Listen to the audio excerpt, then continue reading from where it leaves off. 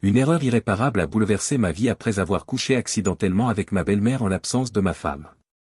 Dans le village caché de Valmay vivaient deux amoureux, Mathias et Clara. Mathias était un jeune étudiant issu d'une famille pauvre. Malgré les difficultés financières, il était travailleur et ambitieux. Issu d'une famille riche, Clara était orpheline de père et vivait avec sa mère, Madame Isabelle, dans une grande et belle villa.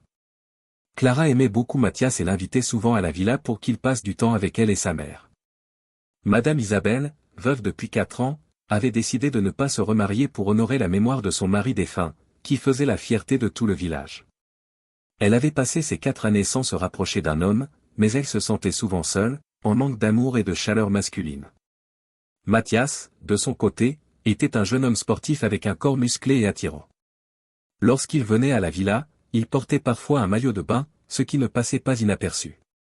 Madame Isabelle, bien qu'elle essayât de se contrôler, ne pouvait s'empêcher de trouver Mathias très séduisant. Elle se sentait confuse et ne savait pas comment gérer ces sentiments qu'elle n'avait pas ressentis depuis longtemps. Un jour, pendant un déjeuner à la villa, Clara prononça une phrase qui allait bouleverser sa mère.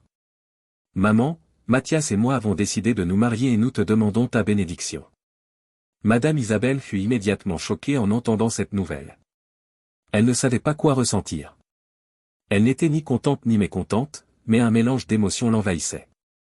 D'un côté, elle voulait le bonheur de sa fille, mais de l'autre, elle se sentait troublée à l'idée de perdre ses sentiments pour Mathias, un sentiment qu'elle n'avait pas connu depuis 4 ans.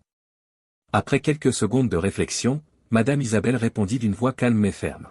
« Je suis d'accord pour votre union, mais à une seule condition. Après la cérémonie de mariage, Mathias et toi devrez vivre avec moi dans cette villa. Que vais-je devenir si vous m'abandonnez à la solitude ?» Clara, surprise mais compréhensive, accepta la condition de sa mère. Elle savait que Madame Isabelle avait vécu des moments difficiles depuis la mort de son père et qu'elle craignait de se retrouver seule.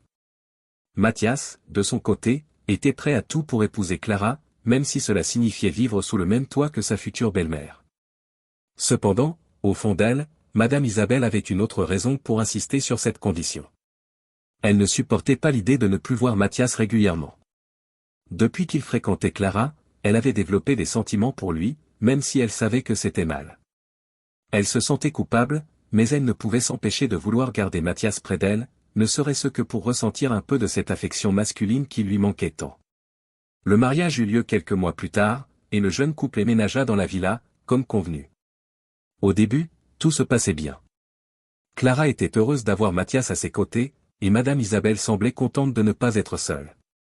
Mais petit à petit, des tensions commencèrent à apparaître. Madame Isabelle cherchait souvent des prétextes pour passer du temps avec Mathias, que ce soit pour discuter, demander de l'aide ou simplement être près de lui. Un jour, pendant que Mathias et Madame Isabelle partageaient un repas ensemble, elle posa une question gênante. « Mathias, quelle est la chose intime que ma fille aime le plus chez toi ?»